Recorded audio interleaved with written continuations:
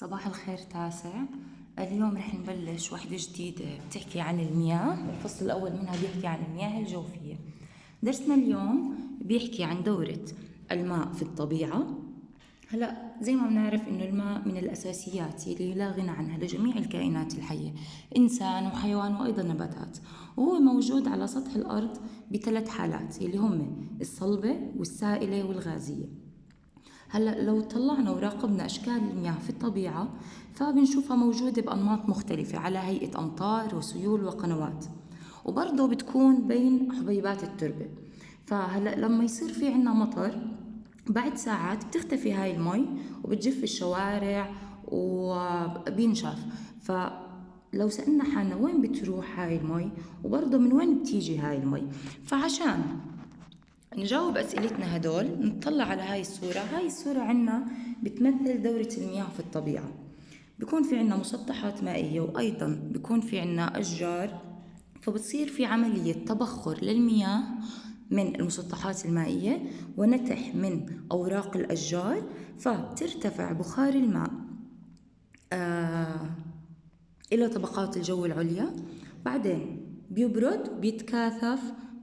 بعد ما يتكاثف بتصير عنا عملية الهطل. عملية الهطل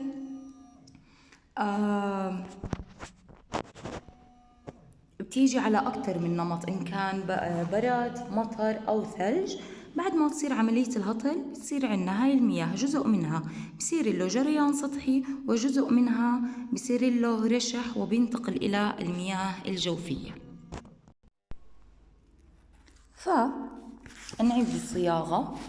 تبدأ دورة الماء في الطبيعة بعملية تبخر الماء من المسطحات المائية والسطوح الرطبة بفعل حرارة الشمس.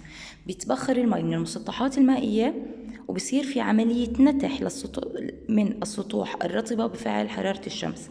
بيرتفع بخار الماء إلى طبقات الجو العليا بفعل شو؟ بفعل تيارات الهواء الصاعدة. بيبرد وبيتكاثف، بعدين بيرجع على سطح الأرض على هيئة أنماط مختلفة من المطر. شو هي الأنماط المختلفة من الهطل؟ اللي هي المطر والبرد والثلج. تنتقل هاي المياه على هيئة جريان سطحي. لما يصير في عنا جريان سطحي فبتروح هاي المي بتغذي السيول والأنهار والمحيطات، وبرضه جزء من هاي المياه بصير له عملية ترشيح أو رشح إلى باطن الأرض، فبيتكون عنا المياه الجوفية وبتنتقل على هيئة جريان جوفي. كمان برضو جزء من مياه الأمطار بيرجع إلى الجو عن طريق عملية التبخر. هاي العملية كاملة تسمى عملية أو دورة الماء في الطبيعة. خلينا بس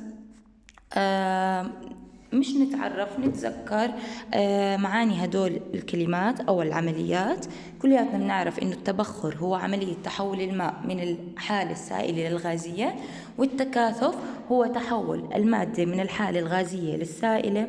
الهطل هو عبارة عن عودة الماء إلى الأرض على هيئة أنماط الهطل يلي هم مطر وبرد وثلج. الرشح هو عبارة عن نفاذ المياه إلى باطن الأرض مكونا عنا المياه الجوفية. وعلى فكرة السبب الرئيسي للرشح هو شو؟ هو الجاذبية الأرضية. وعندنا برضو عملية النتح. عملية النتح هي عبارة عن خروج الماء على شكل بخار من أجزاء النبات المعرضة للهواء وخصوصا الأوراق.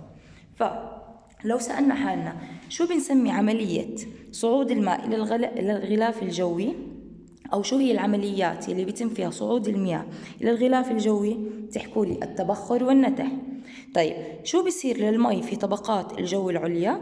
بيصير لها تكاثف لأنه بلامس هواء وسطح بارد. بعدين بعد ما يصير له تكاثف ويلامس سطح بارد بيصير له هطول.